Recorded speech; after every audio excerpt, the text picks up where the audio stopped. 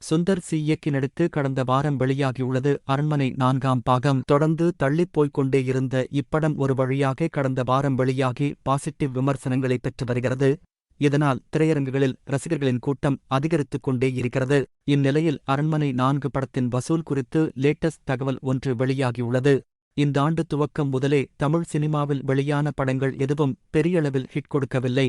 தேர்தல் உள்ளிட்ட காரணங்களால் பெரிய நடிகர்களின் படங்கள் ரிலீஸ் செய்யப்படாமல் தள்ளி வைக்கப்பட்டன. இதனிடையில் பிற மொழி படங்கள் இங்கு தமிழ்நாட்டில் வெளியாகி ரசிகர்களை கவர்ந்தன. இதனால் தமிழ் சினிமாவை எந்த ஹீரோ படம் காப்பாற்றப் போகிறது என்ற பேச்சு கோலிவுட் சினிமாவில் எழுந்தது. பல பெரிய ஹீரோ மற்றும் பட்ஜெட் படங்கள் இந்த லிஸ்டில் இடம்பெற்றிருந்தது. இந்நிலையில் கடந்த வாரம் ரிலீஸ் ஆகியுள்ள அரண்மனை 4 படம் நல்ல விமர்சனங்களை பெற்று வருகின்றன. இதனால் தமிழ் சினிமாவை சுந்தர் சி காப்பாற்றிவிட்டதாக சோஷியல் மீடியாவில் மீம்ஸ்கள் பறந்து வருகின்றன.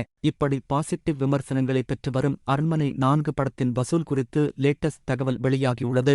அதன்படி முதல் நாளில் இப்படம் 4 கோடிக்கு மேலும் 2வது நாளில் 6 கோடிக்கு மேலும் வசூலித்துள்ளது. இதனையடுத்து நேற்றைய தினம் விடுமுறை தினம் என்பதால் 7 கோடி வரை வசூல் செய்துள்ளது. மொத்தமாக 3 நாட்களில் 17 கோடிக்கு மேல் வசூலித்து சாதனை படைத்துள்ளது. இந்த ஆண்டு துவக்கத்தில் பொங்கலை முன்னிட்டு கேப்டன் மில்லர், அயலான் ஆகிய படங்கள் ரிலீஸ் செய்யப்பட்டன. இந்த 2 படங்கள்தான் இந்த ஆண்டில் முதலாம் நாள் அதிகம் வசூலித்து இருந்தன. இதனையடுத்து அரண்மனை 4ஆம் பாகம் முதல் நாளில் அதிகம் வசூலித்த சாதனையை படைத்துள்ளன.